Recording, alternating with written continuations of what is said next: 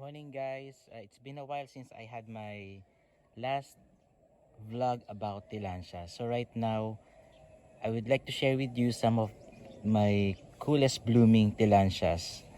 These are what they call Ionanthas, and Ionanthas come in different color and sizes. So we have the yellow one. This is called Druid. Then we have the small little ones, although this one has grown a bit bigger than the usual. This is Fuego, same as this one. This is a Fuego. And then we have here another Druid. So I have plenty of blooming Druids right now.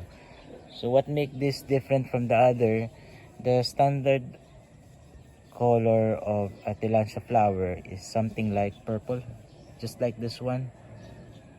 This big one is a Dimit's Talent. It's a hybrid between Roti Eye and Concolor. And the small little ones, they are the Ionanthas. So what's so special about Ionanthas? This one locally is sold as an Ionantha peach.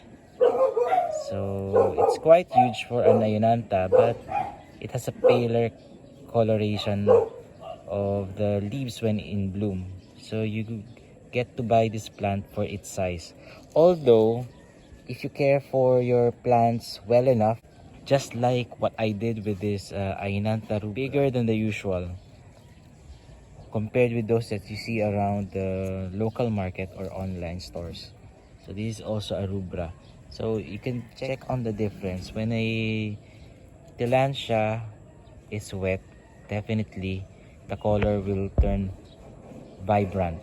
As compared with the dry one, just like this one, you can still see the color, but it's more on a matte side. So just enjoy the fuzziness of the trichomes. So if you ask me how do I grow these plants, so there are lots of ways you can mount your air plants, but for me, tying them up like this works best, because I can create layers like curtains. So I just let them hang around just like this. So there you go. So you can also grow your Ionanthas as a clump. So let me show you an example. Maybe we can move around underneath.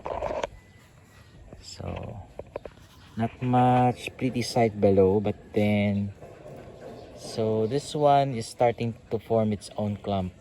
So it all started from a single hanging plant, and then so as you can see, this is the mother plant. It's almost gone. It's too small, but then it was able to send out 3 huge pops, and then after a few more years, it's going to build a clump. It's like a ball. So let me check if I have something that I can show you around. Most of my big plants are already moved up, but then let me see. So this is not quite an impressive showcase for a clump or ball of Ionantha, but still you get the idea of how you can showcase your plants by just leaving them alone. And the good thing about this, when it's time for them to bloom, and if you're lucky enough that they all bloom all at the same time, then you end up with something like a red ball. So especially for my as for my observation, the bare months or December, that's around roughly December until February, the cool months of the year, are the best time that these plants are set to bloom. So if you were planning ahead of time of creating your living Christmas wreath or some living plants adorning your Christmas trees, then as early as now, better start collecting and grooming your Ionanthas, because creating a ball or a clump would take time, and the rewards you will be able to appreciate year after. Maybe for me it's about roughly about 2 to 3 years you'll be able to produce a round handsome display of your air plants. But if you're in a hurry, it's best for you to start with something big, because Ionanthas are small, so you can get to enjoy its volume when they grow into a ball. But then, although there are some Ionanthas like the, oh, that one, let me see if I can zoom in. Oh, there you are. So that one, let's call it's an Ionantha guatemala. This is a species, an old plant collection that has been around for several years, ever since the craze for bromeliads or airplants started. But then it's not readily available now in the market, because the market is being dominated by the more colorful fuego and rubras.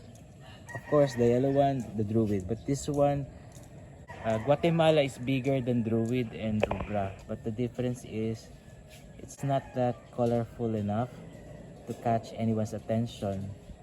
But if you're opting for the size, this one could easily take the ball shape faster than the other types of Ionanthas. So if you have a chance to get your own Ionantha Guatemala, grab it, because I assure you that you're gonna love seeing this plant growing into a clump nicely and easily. But like what I've said, if you are in a hurry, you can start up with something like a bigger plant. Maybe not an Ionantha, but instead you can work around with the strictas. So this one is called a cotton candy. It's a stricta hybrid. It's also a Tillandsia.